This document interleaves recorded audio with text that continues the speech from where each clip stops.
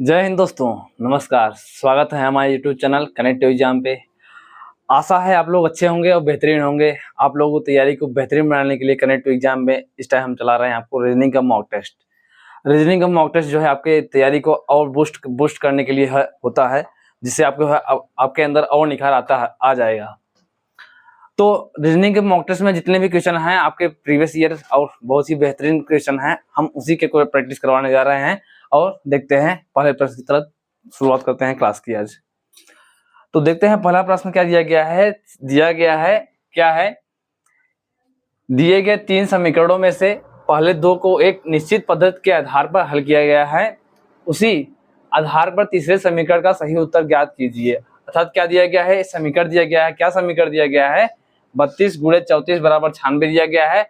उसी तरीके से देख रहे हैं 25 × 14 = 29 है और 18 × 51 बराबर क्या होगा। तो इस दोनों समीकरण के हिसाब से अगर जो रूल फॉलो कर रहा होगा वही तीसरे वाले में रूल फॉलो करता है ऐसे वाले केस में। तो हमें मेन प्रॉब्लम यही होती है कि ये कंडीशन इसमें कौन सा इसमें क्या यूज हो रहा है कि जो 96 हो रहा है, कि 32 और 34 में क्या किया गया है जो 96 हो रहा है। इसमें देख रहे हैं गुणा का चिन्ह हो रहा है, गुणा का चिन्ह लगा हुआ है। अगर दोनों में अगर गुणा करें तो गुणा करेंगे तो संख्या जो है दहाई में ना होकर के सैकड़ा में जाएगा, क्योंकि संख्याएं काफी बड़ी हो जाएंगी, 96 नहीं प्राप्त होगी। तो हमें जो है ये गुणा का चिन्ह दिया गया है इसको दिखा करके भ्रमित किया जा रहा है।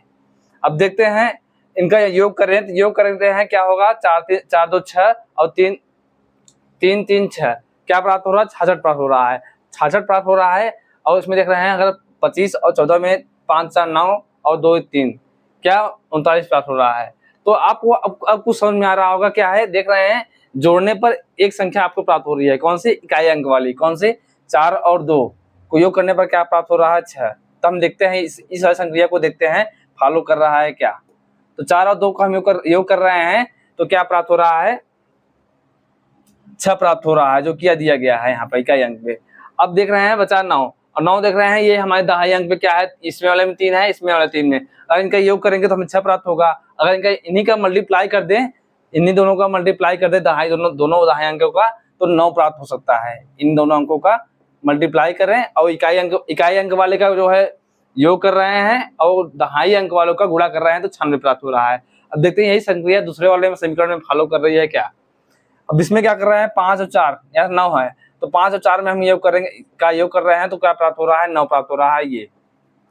अब क्या कर रहे हैं, 2 और 1 और 2 और 1 का गुणा करें क्या प्राप्त होगा आपको? 2 और 1 का गुणा करें तो हमें 2 प्राप्त हो रहा है। अर्थात जो संक्रिया है हमें जो पहले वाले में सेम वैसे ही फॉलो कर रहा है, इकाई अंक में प्लस इकाई अंक का योग और दहाई अंक का जो है मल्टीप्लाई। तो इसी तरीके से इसमें भी फॉलो कर रहा है। जब दोनों में फॉलो कर रहा है तो तीसरे वाले में भी ये फॉलो करेगा ही करेगा। तो फॉलो करवाते हैं, देखते हैं 8 और 1 का योग क्या करते हैं? 9 करते हैं। 8 योग 1 का योग करते हैं, 9 हो रहा है। और दहाई अंक में बचा 1 और 5 बचा, इनका हम क्या करेंगे? मल्टीप्लाई करेंगे। तो मल्टीप्लाई करेंगे क्या प्राप्त होगा? 5 ही प्राप्त होगा।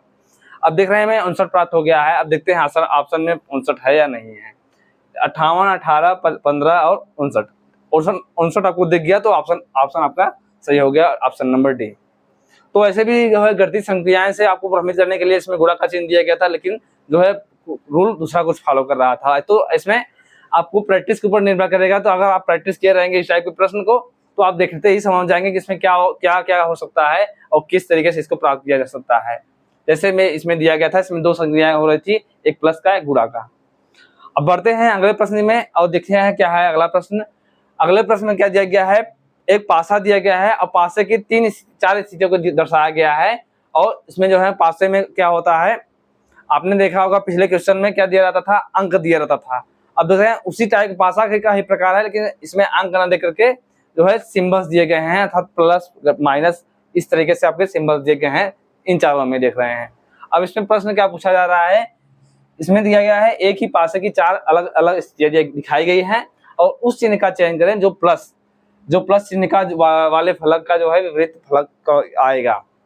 अच्छा, हमसे पूछा गया है प्लस चिन्ह वाले फलक का विपरीत जो है कौन सा फलक आएगा और उसको फलक पर कौन सा चिन्ह होगा। तो ऐसे केस में क्या करते हैं हम, सबसे पहले हमें प्राथमिकता क्या होती है, सबसे पहले ढूंढते हैं कि कभी कभी इसमें क्या होता है, कि इनमें पहले अगर दूसरे को देखें तो इसमें देख रहे हैं क्या है, माइनस और माइनस, इसको देख रहे हैं क्या है, माइनस और माइनस दोनों पासों में जो है एक सतह जो है कॉमन है, जो है इसमें दोनों में ये दिख रहा है माइनस और माइनस, बाकी और अन्य सतह जो है भिन्न है। तो ऐसे केस में अगर एक सतह कॉमन है, एक सतह कॉमन के केस में क्या होता है, जो सतह कॉमन है उस कॉमन सतह से क्लॉकवाइज घूम जाएंगे और दूसरे सतह में भी जो सतह कॉमन होगा उसमें क्लॉकवाइज घूम जाएंगे। जो सतह आपस में आमने सामने होंगे वही आपस में विपरीत होंगे। कैसे होंगे बताते हैं आपको। जैसे दिया गया है माइनस कॉमन है तो इसको माइनस से हम क्लॉकवाइज चलते हैं। अब माइनस के बाद क्लॉकवाइज चलने पर हैज लिखते हैं और उसके बाद प्लस है। ये पहले वाले में हमने देखा। अब दूसरे वाले पासे में चलते हैं। इसमें देख रहे हैं माइनस कॉमन है तो माइनस से हम चलते हैं क्लॉकवाइज। माइनस के बाद डॉलर है, डॉलर के बाद हैज है। अब देख रहे हैं क्या हो रहा है, आपको इस तरीके से प्राप्त हो रहे हैं। अब आपको इसमें हल करना है कि इसमें इस तरीके से आपको जो है ये संक्रिया तो पूरी तरह से नहीं सत्य नहीं प्राप्त हो रहा है। अब देखते हैं अगले पासे को देखते हैं। हमें क्या ढूंढना है, प्लस वाले चिन्ह का विपरीत देखना है। तो देखते हैं प्लस वाले चिन्ह में कौन कौन से दिख रहा है। अगर तीसरे और चौथे पासे में देखें क्या दिख रहा है, आपको प्लस चिन्ह दिख रहा है और प्लस इसमें भी दिख रहा है। तो हमें क्या करना है, प्लस चिन्ह जो सतह कॉमन है और दिख रहा है, इसमें क्या दिख रहा है, एक चीज दिख रहा होगा क्या, एंड और प्लस दोनों सतह में कॉमन है, इसमें भी, और एंड और प्लस इसमें भी कॉमन है। अगर दो सतह कॉमन हो, कोई भी पासे में दो सतह कॉमन हो तो कॉमन के अलावा जो सतह बच रहे हैं वो आपस में विपरीत होंगे। अर्थात क्या है, इस माइनस का जो विपरीत क्या होगा, विपरीत फलक क्या होगा, इस जो स्टार दिख गया है ये माइनस का विपरीत क्या होगा, स्टार। अब इसके से और अगर और पास इसमें इस दोनों की स्थितियों में अगर और इससे प्लस का विपरीत पूछा जाए या एंड का विपरीत पूछा जाए तो हम क्लियर है स्पष्ट रूप से नहीं बता सकते कि इसका जो है विपरीत यही होगा। तो इस केस में क्या करते हैं, हम केवल हम एक सतह को कॉमन को से हिसाब से निकाल सकते हैं। देख रहे हैं आप, इसमें हम क्या देख रहे हैं, इस वाले केस में हमने बताने में थोड़ा मिस्टेक हुआ। हमें पहले जो पहला केस हमने बताया, इसमें क्या बताया हमने, देख रहे हैं ये माइनस और हैज दोनों में कॉमन है, माइनस और हैज दोनों में कॉमन है। ये हमने थोड़ा मिस्टेक किया, बताने में ध्यान नहीं दिया। इसमें भी देख रहे हैं माइनस और हैज दोनों में कॉमन दिख रहा है। कौन सा, इस वाले को लेने पर, इस वाले को लेने पर दोनों में माइनस और हैज कॉमन है। और हमने क्या बताया, अगर दो सतह कॉमन है तो दोनों सतह कॉमन है, कॉमन के अलावा जो सतह बच रहे हैं वो आपस में विपरीत सतह होंगे। तो इसमें देख रहे हैं बचा कौन सा है, इसमें प्लस बचा हुआ है, इसमें डॉलर बचा हुआ है। तो इससे हमें स्पष्ट हो गया है प्लस का जो विपरीत होगा कौन सा होगा, फलक डॉलर होगा। और हमें प्रश्न में यही पूछा गया था कि प्लस का विपरीत फलक कौन सा होगा, तो प्लस का विपरीत फलक डॉलर होगा, जो ऑप्शन नंबर ए दिख रहा है।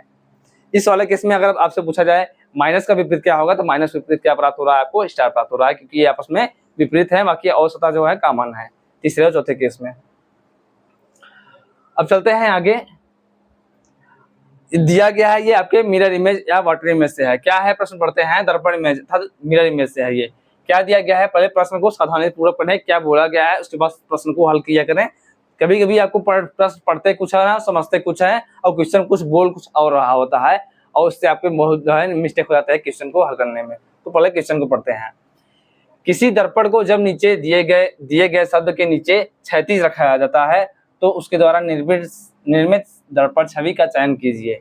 अब देखो, इसमें आपके क्या हो गया है, कंफ्यूज करने के लिए क्या बोला गया है, दर्पण हमेशा आप लोगों को जो है हमेशा आपने देखा होगा ऊर्ध्वाधर रखा जाता था, जबकि इसमें देख रहे हैं क्या बोला जा रहा है, आपको क्षैतिज रखा गया है। जो दर्पण रखा गया है इस शब्द के क्षैतिज रखा गया था, नीचे की तरफ रखा गया है, जैसे जल प्रतिबिंब बनता है उस टाइप के, अर्थात यहाँ रखा जा रहा है। ये दर्पण इस तरह से रखा जा रहा है। अब इसका जो दर्पण इमेज बनेगा कौन सा बनेगा, यही आपको ढूंढना है। तो इस वाले केस में अगर ऊपर से नीचे बन रहा है, अगर दर्पण इमेज बन रहा है, या इसको बोल सकते हैं वाटर इमेज भी बनेगा। अगर दर्पण नीचे रखा जा रहा है तो दर्पण इमेज और वाटर इमेज समान होगा। तो इसका जो दर्पण इमेज क्या होगा, बस अक्षरों का जो स्थान वही रहेगा, बस उनका डायरेक्शन बदल जाएगा। डायरेक्शन कैसे बदल जा रहा है, इसमें देखेंगे वाई का स्थान जो है ऊपर है, तो उसका जो दर्पण प्रतिबिंब दर्पण नीचे की तरफ रखा गया है तो दर्पण नीचे की तरफ बनेगा। वाई का जो मुंह, सभी अक्षरों का मुंह नीचे की तरफ होगा। देखते हैं अगर ऑप्शन से देखें तो ऑप्शन देखेंगे कौन से वाले में दिख रहे हैं, वाई इसमें अंतिम स्थान पर है और इसमें यश पहले स्थान पर है। अब ऑप्शन देखते हैं कौन से वाले में y का जो मुंह नीचे की तरफ होगा और अंतिम स्थान पर होगा। तो देख रहे हैं इसमें वाले में YH जो है इसमें पहले स्थान दिया गया है, इसमें जो है दर्पण प्रतिबिंब यहाँ रखा गया है, उसका प्रतिबिंब बनाया गया है। तो हमारा ऑप्शन ये गलत हो गया क्योंकि इसमें दर्पण आपको नीचे रखा गया है। इस वाले में ऑप्शन देख रहे हैं, इसमें भी आपको तो दर्पण बन रहा है, साइड वाले साइड से ध्रुवाधर जो रखा था उसका इमेज बन रहा है। अब इसमें बचा ये वाला, अब ये वाले में देख रहे हैं क्या है, देख रहे हैं y का स्थान वही है और h का स्थान वही है। इसमें क्या कहा, स्थान जो है अक्षरों का स्थान वही रहेगा, बस उनका डायरेक्शन बदल जाएगा। इसमें y का मुंह ऊपर की तरफ है और इसमें देख रहे हैं y का स्थान नीचे की तरफ है। h जो है वैसा ही रहेगा उसका इमेज, t का स्थान ऊपर की तरफ, इसमें नीचे की तरफ। इस तरीके से जो है इसका वो है पूरी तरह से फॉलो कर रहा है जो दर्पण इमेज जो क्षैतिज रखा गया है। तो इसका जो क्षैतिज इमेज कौन सा फॉलो कर रहा है, ऑप्शन नंबर सी पूरी तरह से फॉलो कर रहा है। तो हमारा ऑप्शन नंबर सी सही हो गया।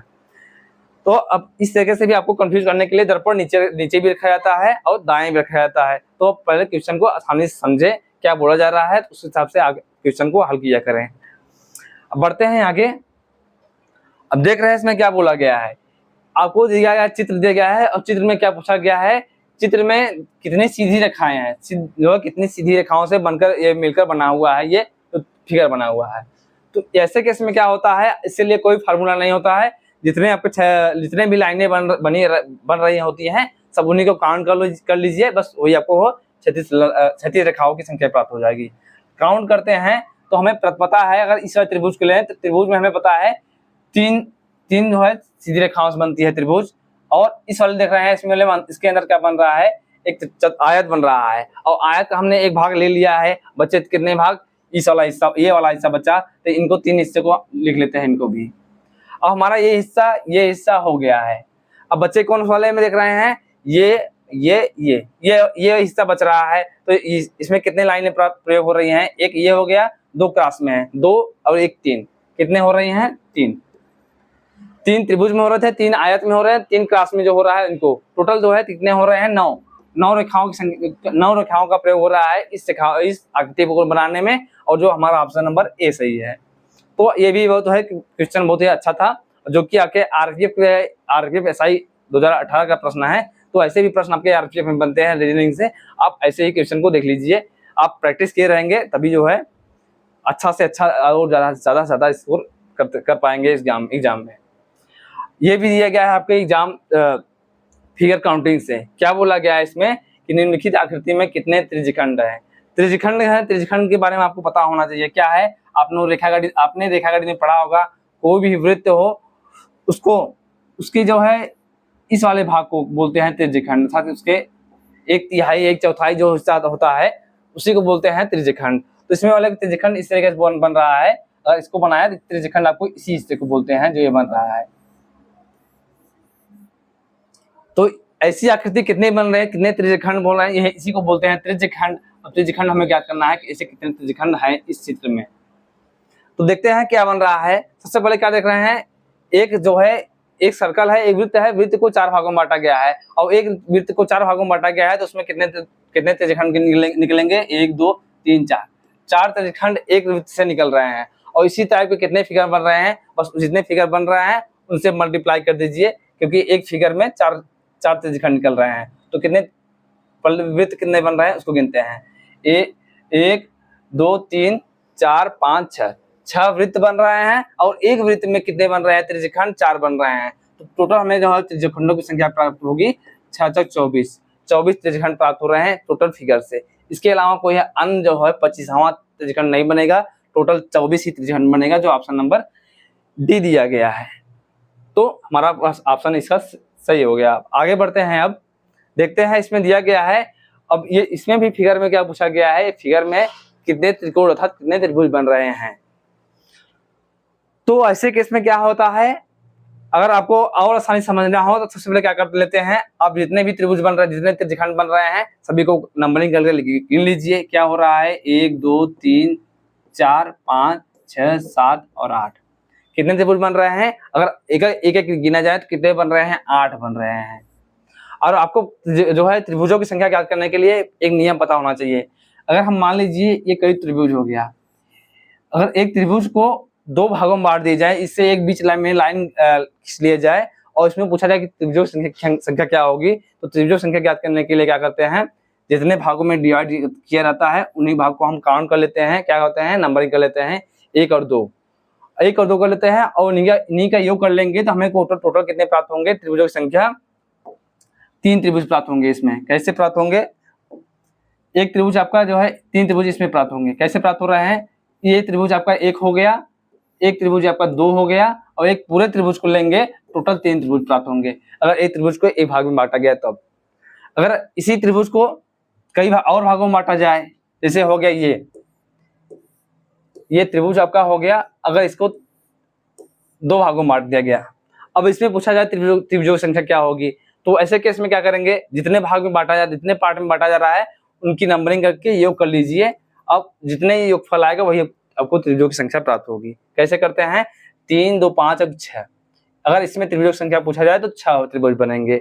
अगर सभी को अलग अलग करके देखें क्या हो रहा है, 1, 2, 3 आपको 3 अलग बन रहे हैं, वो तो दिख रहा है आपको, बाकी से इनके और ये वाला को लेके तो 4 बन रहा है, और इस वाले इस 2 और 3 वाले हिस्से को लेके 5 बन रहा है, और इस टोटल त्रिभुज को ले टोटल कितने बन रहे हैं, 6 त्रिभुज बन रहे हैं। तो इस तरीके से है त्रिभुज का केस बनता है। तो हमने इसको आपको जानकारी के लिए बता दिया है। अब इसमें क्या करना है, देखिए आप 8 त्रिभुज आपको प्राप्त हो गया है इसमें अलग अलग करके। अगर आपको एक और चीज दिख रहा होगा क्या, तो त्रिभुजों को मिलाने के बाद एक और त्रिभुज का निर्माण हो रहा है, दिख रहे हैं, इस त्रिभुज को मिलाएं तो एक त्रिभुज और प्राप्त हो रहा है, अर्थात 2 त्रिभुजों से एक त्रिभुज प्राप्त हो रहा है। तो इस तरीके से कितने त्रिभुज बन रहे हैं आपको, एक त्रिभुज यहाँ बन गया। अब इस त्रिभुज और इस दोनों त्रिभुज को लें तो एक त्रिभुज यहाँ पर प्राप्त होगा, इस त्रिभुज और इस त्रिभुज को लें, 5 और 6 त्रिभुज को लें तो इसको से एक प्राप्त होगा, और 7 और 8 वालों को मिलाकर लें टोटल कितने प्राप्त हो रहे हैं, एक इससे प्राप्त हो रहा है। अब हमें कितने त्रिभुज प्राप्त हो रहे हैं, 8 उधर प्राप्त हुए थे और 4 इधर प्राप्त हो रहे हैं, कितने प्राप्त हो रहे हैं, टोटल 12 त्रिभुज प्राप्त हो रहे हैं। तो इस तरीके से त्रिभुज आपको बन गए। तो 12 त्रिभुज कौन से ऑप्शन दिख रहा है, ऑप्शन नंबर ए दिख रहा है, तो ऑप्शन नंबर ए आपका सही हो गया। अगर आपको और आसान से और जो है 8 ना काउंट करके सीधे हल करते तो जितने हैं क्या कर सकते थे आप, जितने बन रहे हैं से एक इस के लिए, इसमें देख रहे हैं 1 और 2 इनका अगर योग कर दें तो कितने त्रिभुज बन रहा है, इसमें 3 त्रिभुज इसमें बनेगा, 3 त्रिभुज इसमें बनता, 3 त्रिभुज इस तरीके से कितने त्रिभुज बनते, 1, 2, 3, 4 त्रिभुज इस तरीके से बनते, तो टोटल कितने त्रिभुज बनते, 12 त्रिभुज। इस तरीके से भी आप क्या कर सकते थे, 2 त्रिभुजों को लेकर के, जैसे हमने यहाँ बताया एक त्रिभुज को 2 भागों में डिवाइड करेंगे तो उससे 3 त्रिभुज प्राप्त होगा। इस तरीके से लेते तो टोटल कितने प्राप्त हो रहे हैं आपको, 12। या तो आप इस तरीके से हल करें या तो इस तरीके से हल करें, लेकिन आपका आंसर सेम वैसा ही रहेगा, अर्थात तरीके बदलने से आपका आंसर कभी नहीं बदलेगा। अब आपको दिया गया है क्या है, अगर घड़ी पर नंबर 1 को m द्वारा दर्शाया जाए, नंबर 2 को n द्वारा बदल दिया जाए, और इसी तरह अन्य अंकों को जब समय 21 होता है तो घड़ी की सुई पर अक्षर कौन सा होगा। अब ये भी बहुत अच्छा क्वेश्चन दिया गया है। क्या दिया गया है, इसमें बोला जा रहा है घड़ी का जो डायल है, डायलों को अंकों के स्थान पर जो है अक्षर दिया जा रहा है। अब बना लेते हैं इसको आसान, सबसे आसान तरीका क्या होता है, आप डायल में अंकों को लिख लीजिए और अंकों के स्थान पर जो बोला जा रहा है सेम वैसे रख दीजिए, सबसे आसान तरीका वही हो गया। क्या बोला गया है, m, 1 को m लिखा जा रहा है, आपको m की सुई यहाँ होती है घंटे जो है घड़ी की सुई में, इस तरीके से बनना होता है आपका घड़ी 9, 10, 11, 12 इस तरीके से आपका घड़ी बना होता है। और उसमें बोला जा रहा है 1 को m से दर्शाया जाए, हम तो जैसे जैसे बोला गया दर्शाते जाते हैं।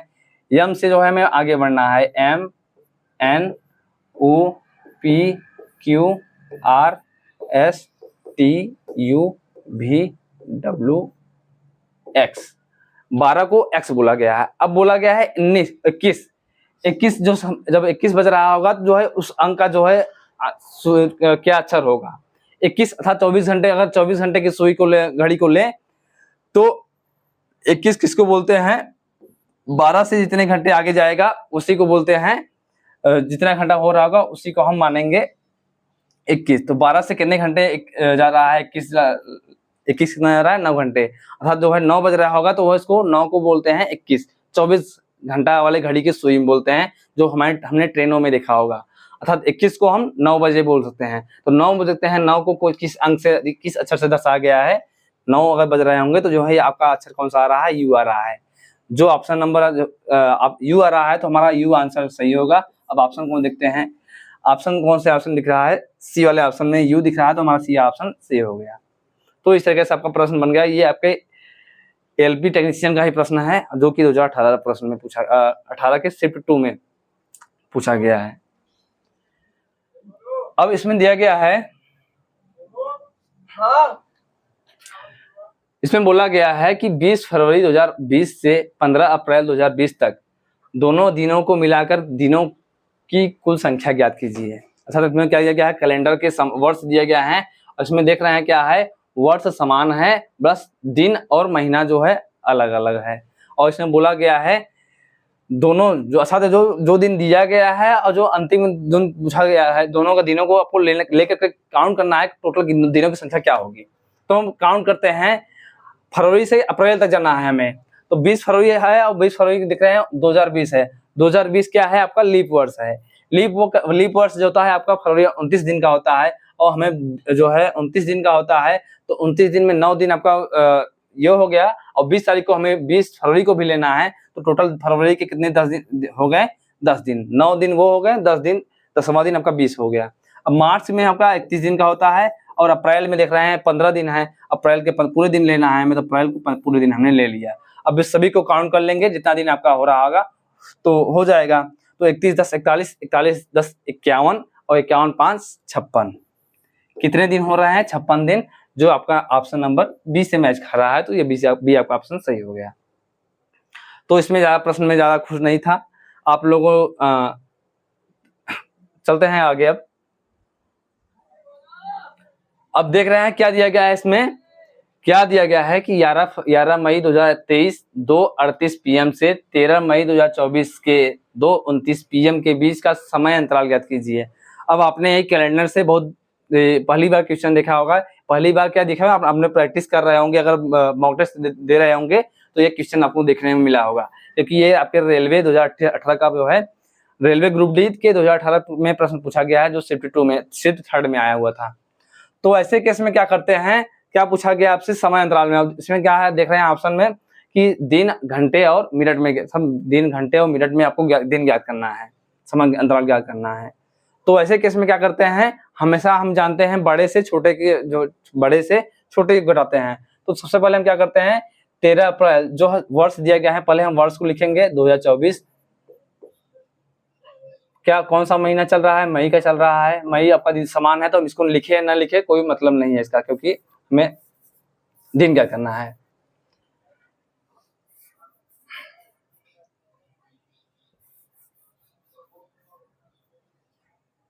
क्या दिया गया है, 13 मई। अब हम क्या महीना को लिख लेते हैं, 13 मई ये आपका दिन हो गया, ये वर्ष हो गया। अब आपको क्या दिया गया, घड़ी का समय दिया गया है 2:38 अर्थात क्या है, ये घंटा हो गया और ये मिनट, ये आपको दिया गया है ये वाला केस 13 मई 2024 के, ये सॉरी 2:29 है, यहाँ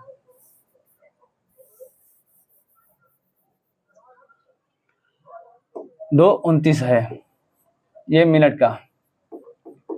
अब हमें क्या करना है, नीचे को लिखते हैं, छोटे वाले को लिखते हैं, 11 क्या है 2023 का लिखा गया है, 2023 को 11 मई 11 मई अर्थात 11 दिन का लिखा गया है और 2 वर्ष का 38 मिनट, इसी को हमें दिन ज्ञात करना है। तो दिन ज्ञात करने के लिए क्या करते हैं, आप लोगों ने बचपन में पढ़ा होगा घंटा मिनट, इसके घड़ी अर्थात घड़ी से संबंधित प्रश्न पढ़ा होगा, तो उसको कैसे हल करते हैं।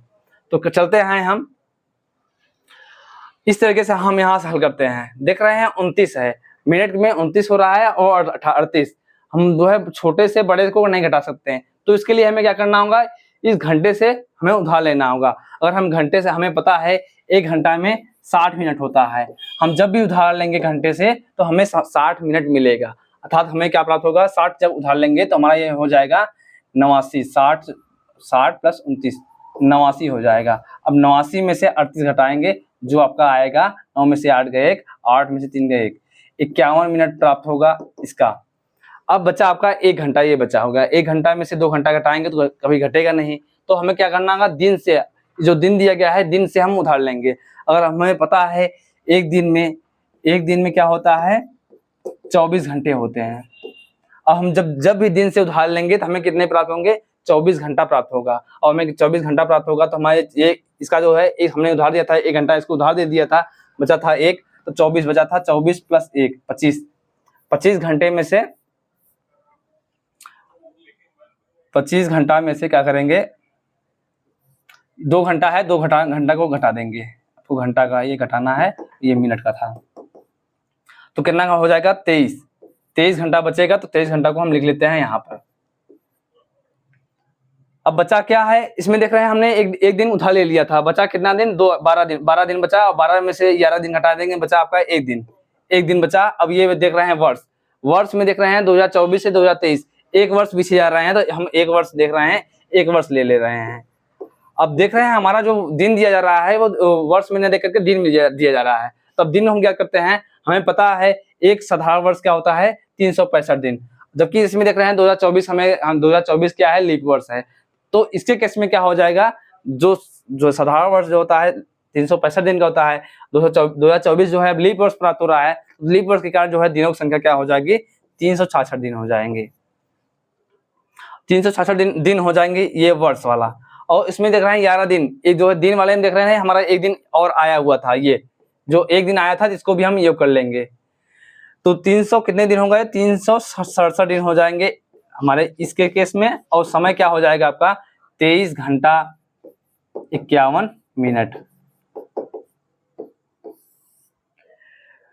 367 दिन 23 घंटा 51 मिनट, जो ऑप्शन दिख रहा होगा ये आपका करेक्ट होगा। कौन से ऑप्शन दिख रहा है आपको, दिख रहे हैं ऑप्शन नंबर बी, 367 दिन 23 घंटे 51 मिनट, जो पूरी तरह से हमारे आपको आंसर आया, मैच कर रहा है, तो हमारा आंसर से मैच कर रहा है, तो ये हमारा सही हो गया। तो इस केस में ये थोड़ा बड़ा केस था, अब इसको नोट कर लीजिएगा, ये बहुत ही आपके एग्जाम में बहुत ही हेल्पफुल होने वाली है अगर आपके एग्जाम में आता है तो, इसलिए हमने ये प्रैक्टिस के लिए इसको ले लिया है। अब चलते हैं आगे। अब इसमें देख रहे हैं घड़ी से ये भी प्रश्न दिया गया है, क्या दिया गया है कि घड़ी में 2:02:30 पर बजने पर घड़ी की सुइयों द्वारा कितना अधिक कोण बनेगा, कितना कोण पूछा गया है था।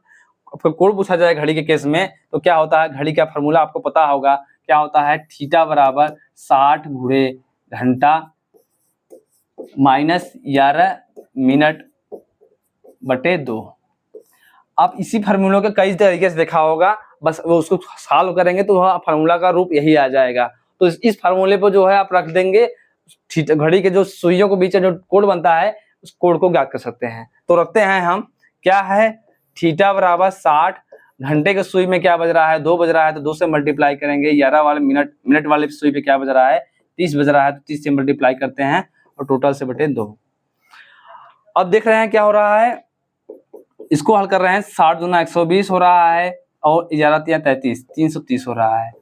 अब देख रहे हैं 120 जो है कम है, 330 ज्यादा है, तो इसके केस में क्या होगा, बड़े से छोटे को घटाएंगे, इसमें प्लस और माइनस को ध्यान नहीं देंगे, तो बड़े से छोटे का घटाएंगे, 330 में 120 को घटा देंगे, क्या हो जाएगा, ये 3 में से 2 गए 1 और 3 में से 2 हो गया, 210 प्राप्त हो रहा है। 210 को हल कर 2 से भाग करेंगे तो क्या प्राप्त होगा, 105 डिग्री।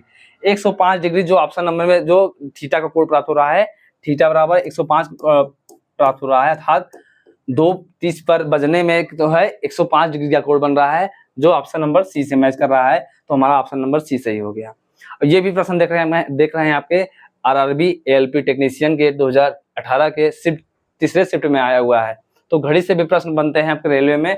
तो रीजनिंग के जितने भी क्वेश्चन आए बहुत ही बेहतरीन है, आप लोग प्रैक्टिस करते रहिए लगातार, और आपने जो है स्कोर लगातार अपने बढ़ाते रहिए। और इसमें दिया गया है, ऐसे केस में क्या होता है, क्या दिया गया है, 4 शब्द दिए गए हैं, निम्नलिखित शब्दों को अंग्रेजी शब्दकोश में उनके क्रम के अनुसार व्यवस्थित करें। क्या दिया गया रहता है, इसमें कुछ वर्ड दिए रहते हैं, वर्ड को जो है आपको अल्फाबेट्स के सीरीज में, शब्दकोश के सीरीज में जो है उसी के हिसाब से रखना होता है। तो ऐसे केस में क्या करते हैं, सबसे पहले देखते हैं कौन कौन से अक्षर, सभी अक्षर में जो है सभी जो ऑप्शन दिए गए हैं, कितने भी अक्षर दिए रहे हैं, सभी में कौन से अक्षर कॉमन दिख रहे हैं, और कॉमन के बाद जो अगला अक्षर आ रहा है अल्फाबेट सीरीज में जो पहले आएगा उसका स्थान पहला होगा। तो सभी में देख रहे हैं क्या हो रहा है, बी सभी में दिख रहा है। अब बी के बाद कौन सा लाइन दिख रहा है, कौन सा अक्षर कॉमन दिख रहा है? बी के बाद दिख रहा है आई, इसमें दिख रहा है बी के बाद आई आ रहा है, बाकी इसमें दिख रहे हैं आर आ रहा है, ए आ रहा है, एल आ रहा है। अब दिख रहे हैं अल्फाबेट सीरीज में जाएं तो जो है बी जो है पढ़ने में हमें क्या होता है, ए प्राप्त होता है। तो ए प्राप्त होता है जिसको तो हम ए को जो प्राथमिकता देंगे अर्थात क्या होगा, हम बैट को पहला स्थान देंगे, क्योंकि ये अल्फाबेट सीरीज में जो है कॉमन के बाद जो है पहला अक्षर जो है पहले आ रहा है, तो इसको हम पहला स्थान देंगे, पहले 4 आएगा। अब 4 हो गया आपका। अब बच्चे कितने, इतने बच रहे हैं। अब आप देखना है अल्फाबेट सीरीज में कितने हो रहे हैं, आई आर डी हो रहा है, आई आर टी इसमें आ रहा है, और इसमें देख रहे हैं आर आ रहा है, एल आ रहा है।